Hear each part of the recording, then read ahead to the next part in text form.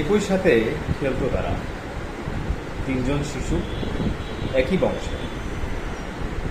একই সাথে তারা ঘুমিয়ে পড়লেন, ফিরলেন বাড়িতেও।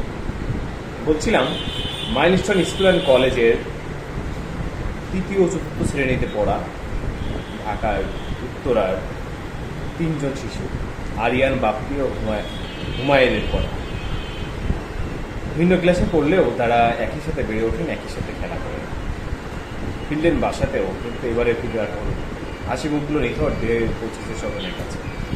ঢাকার উত্তরার মাইলস্টোনের স্কুলে বিধ্বস্ত বিমানের ঘটনায় 3 শিশুর প্রাণ গেছে। তারা একই বংশের সদস্য।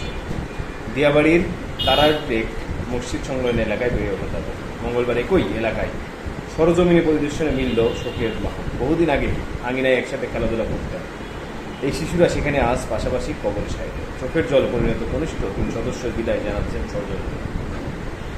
পুরো এলাকায় যেন শোক স্তব্ধ, অঝরে কাঁদছেন বন্ধু, সহপাঠী এবং প্রতিবেশীরা।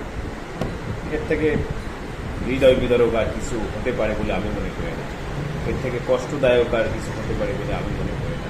এর থেকে বেদনাদায়ক আর কিছু হতে পারে বলে আমার ভাষায় জানা নেই। এটাই হচ্ছে অবস্থা। সালাম।